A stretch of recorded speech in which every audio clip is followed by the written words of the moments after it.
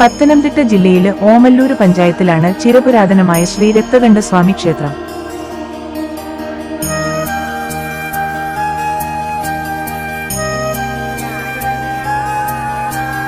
പടിഞ്ഞാറോട്ട് ദർശനമുള്ള അപൂർവ ക്ഷേത്രങ്ങളിലെ ഒന്നാണിത്.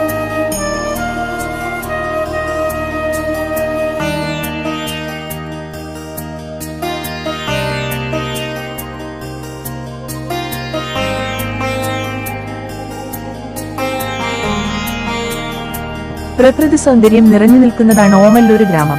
ഓമനത്തമുള്ള ഗ്രാമം എന്ന അർത്ഥത്തിലാണ് ഓമല്ലൂര് എന്ന സ്ഥലപ്പേര് ലഭിച്ചത്. റോഡരികില് പടിഞ്ഞാറും വടക്കുമായി ശിരസുയർത്തി നിൽക്കുന്ന രണ്ട് ഗോപുരങ്ങൾ. പടിഞ്ഞാറെ ഗോപുരത്തോട് ചേർന്ന വലിയ നടപ്പന്തൽ.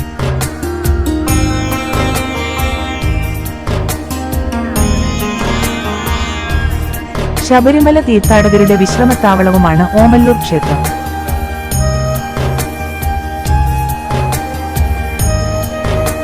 ചുറ്റമ്പലത്തിനോട് ചേർന്ന് 3 ഗോപുരങ്ങളുണ്ട്.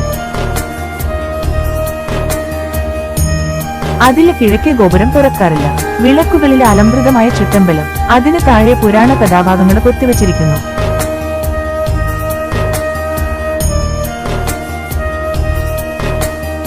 അകത്ത് കടന്നാല് അമ്പരചുംബിയായി നിൽക്കുന്ന കൊടിമരം.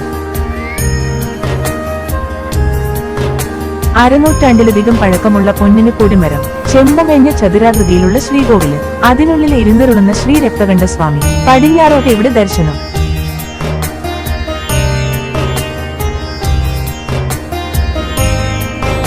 പ്രത്യേകം രൂപമില്ലാത്ത ശിലാവിഗ്രഹമാണിവിടെ. തിരിച്ചറിയാന് കഴിയാത്ത മൂർത്തിയെന്നും അതല്ല ശാസ്താവെന്നും പറയപ്പെടുന്നു.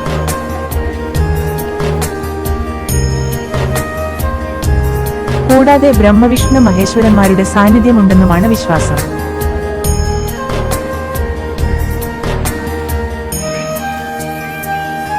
കന്നിമൂലയിലെ ഗണപതിയും നാലമ്പലത്തിനകത്ത് ശിവനും പുറമെ നാഗരാജാവും നാഗയക്ഷിയും യക്ഷിയും മുഹൂർത്തി വസൂരിമാല തുടങ്ങിയ പ്രതിഷ്ഠകളുമുണ്ട്.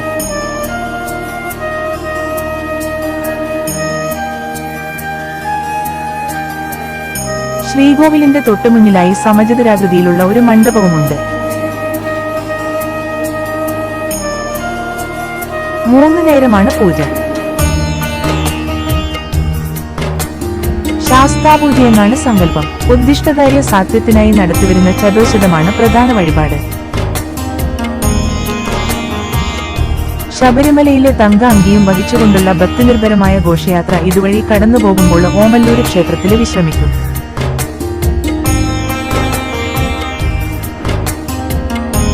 വൃശ്ചിക മാസത്തിലെ ഉത്രത്തിന് അന്നദാനം. ഇത് ഓമല്ലൂരിലെ ഉത്രസതി എന്നറിയപ്പെടുന്നു.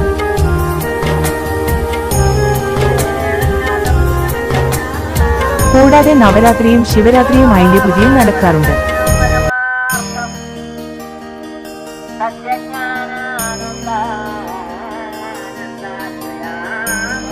മേടമാസത്തിലാണ് ഓമല്ലൂരിലെ പ്രസിദ്ധമായ ഉത്സവം. ഭഗവാന്റെ തിരുനാളായ ഉത്രനാളില് കൊടിയേറി 10 ദിവസമാണ് ഈ മഹോത്സവം.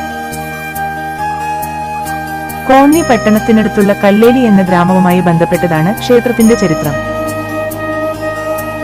കല്ലേലി ഗ്രാമത്തിൽ താമസിച്ചിരുന്ന ദുഷ്ടനായ ഒരു നാട്ടുപ്രമാണി താൻ ചൂടുകളിൽ സ്ഥിരം തോൽക്കുന്നതിനാൽ രക്തകണ്ഠസ്വാമിയെ അഭയം പ്രാപിച്ചു. എങ്കിലും ദേവന്റെ സഹായം ലഭിക്കാത്തതിനാൽ ഈ പ്രമാണി ക്ഷേത്രത്തിലേക്ക് നൽകിവന്നിരുന്ന ധനസഹായം നിർത്തി.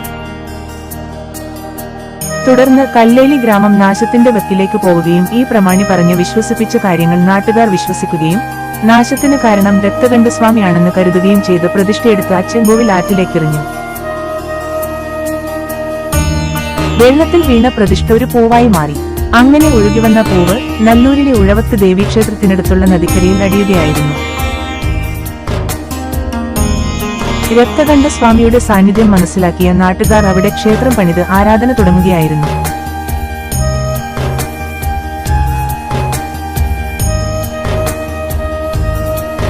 പ്രകൃതി സൗന്ദര്യം തുളുമ്പി നിൽക്കുന്ന പറമ്പും കുളവും ഇവിടുത്തെ പ്രത്യേകതയാണ്.